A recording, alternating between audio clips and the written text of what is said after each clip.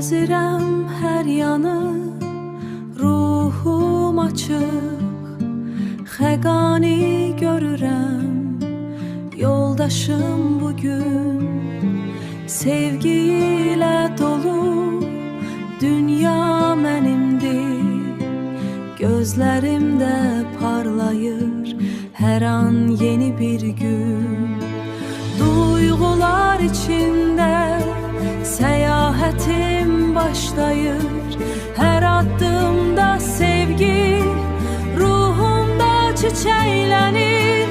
Sevirəm dünyanı, gözəllikləri, hər bir küncündə həyatın dərinliyi.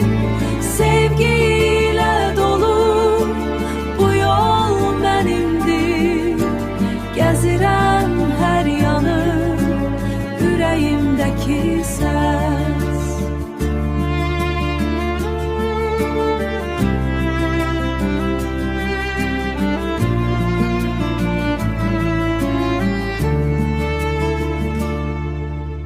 Dağlar, çaylar, dənizlərin səsi, hər bir melodiyada hisslər gizlənir.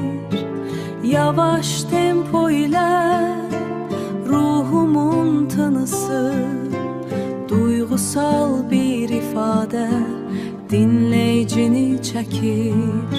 Sözlərimdə sevgi, melodiyamla həyat, hər an yeni bir hekayə, yeni bir başlanğıc. Hisslərin dərinliyi, səyahətimdəki işıq, gözlərimdə aydın bu sevgi dolu dünya.